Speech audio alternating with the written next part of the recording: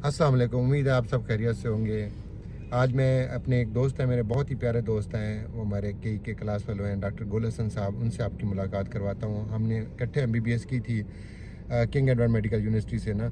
आज डॉक्टर साहब से मैं आपकी मुलाकात करवाता हूँ। आज उनसे पूछते हैं कि आजकल जो है ना सर्दियों में कौन कौन सी बीमारियाँ ज़्यादा हैं बच्चों में, तो वो आपको थोड़ा सा गाइड करेंगे। आइए डॉक्टर गुल हसन साहब से। जी डॉक्टर गुल हसन साहब। अस्सलाम वालेकुम, मैं doctor Gul Hasan as a consultant paediatrician काम कर रहा हूँ। डॉक्टर साहब का जैसे सवाल है कि बच्चों को कौन कौन सी बीमारियाँ सर्दियों में जैसे नज़ला ज़ुकाम खांसी तो बहुत ही कॉमन है।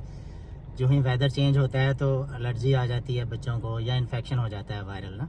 लेकिन एक इस चीज़ से हमारे इसके अलावा बच्चे गैस्ट्रो के साथ आ रहे होते हैं, तो वही जो वायरल इन्फेक्शन नज़ला ज़ुकाम खांसी करते हैं, बाज़ दफ़ा वो आपके अंतड़ियों में जाके तो मोशन भी लगा देते हैं, जिससे हम गैस्ट्रोएंटाइटिस कहते हैं। बच्चों को मोशन लग जाते हैं और इलाज उसका, क्योंकि वायरल इन्फेक्शन है दोनों सूरतों में, चाहे नज़ला ज़ुकाम खांसी है चाहे वो उल्टियाँ मोशन लग गए हैं गैस्ट्रोएंटाइटिस, तो उसमें बुखार हो गया है तो पैनाडोल देना है और बच्चा रेस्ट करे और हाइड्रेशन उसकी अच्छी रखनी है, जिसमें हम कहते हैं निमकोल पिए और केला खिचड़ी दही दलिया सॉफ्ट डाइट देनी है। और सबसे बड़ी चीज़ होती है इलाज से पहले हम कोशिश करें कि एहतियात में यही है कि बच्चों को सर्दी से बचाएं। माएँ जो ही मौसम चेंज होने लगे तो उनको ग्लव्स पहनाएं, कैप्स पहनाएं, सॉक्स पहनाएं।